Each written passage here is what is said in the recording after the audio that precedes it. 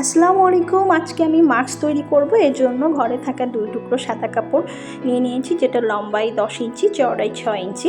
তো এটাকে 4 ভাঁজ করে নিতে হবে। 4 ভাঁজ করে এভাবে এই পাশে 1 ইঞ্চি আর এই পাশে 1 ইঞ্চি করে দাগ দিয়ে মাস্কের শেপ আঁকায় নিতে হবে, পরে কেটে নিতে হবে শেপ অনুযায়ী। মাস্ক স্বাস্থ্য সুরক্ষায় অত্যন্ত জরুরি। আপনারা ঘরে এভাবে মাস্ক তৈরি করে নিতে পারেন। তো 4 টুকরা হবে, তো এটা 2 টুকরা করে এভাবে সেলাই করে নিতে হবে। এরপরে আবার উল্টা করে এই 2 টুকরা এভাবে জয়েন্ট দিয়ে নিতে হবে 2 পাশে।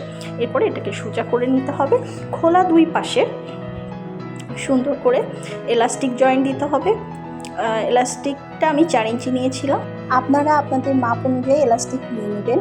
তারপরে 4 সাইডে একটা চাপ সেলাই দিয়ে নিতে হবে, তাহলেই মাস্ক রেডি। করোনা ও ধুলোবালি থেকে রক্ষার জন্য মাস্ক অত্যন্ত জরুরি।